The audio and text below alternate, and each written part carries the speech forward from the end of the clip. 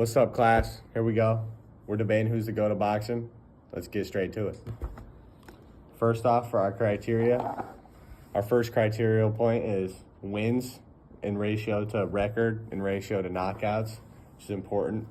How many times they defended their belt and their strength of schedule. Coming in at number 10, we have Sonny Liston. He was 54-4 with 39 knockouts.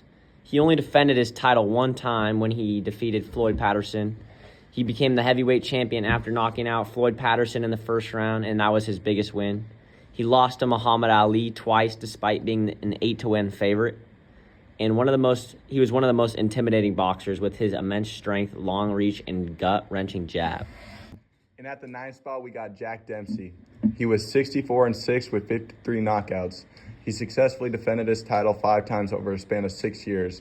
His will to win and his toughness made him one of the most popular people in the 1920s.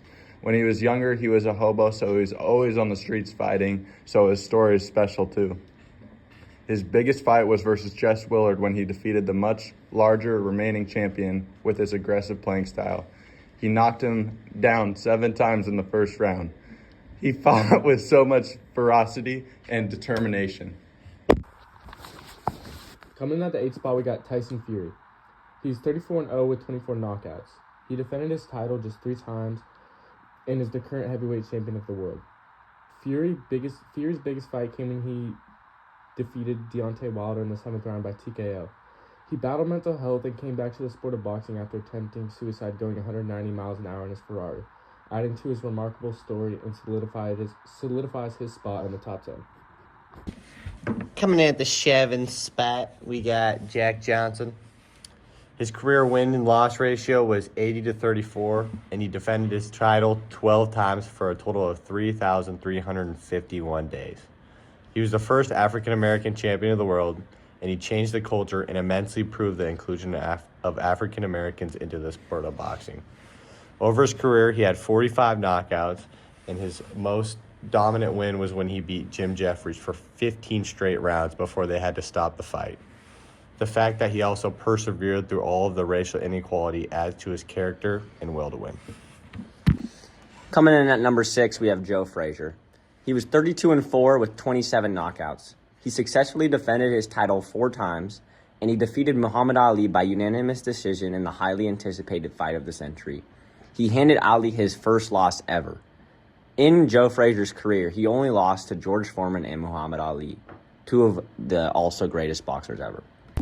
Joe Frazier had a very powerful left hook, which was involved in most of his knockouts.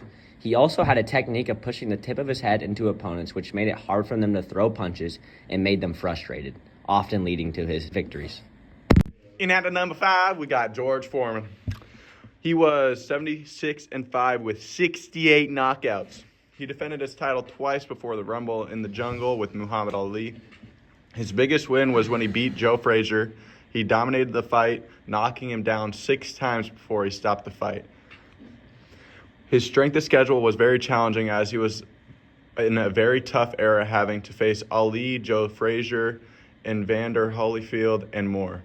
He was the most old heavyweight champion ever when he defeated Michael Moore.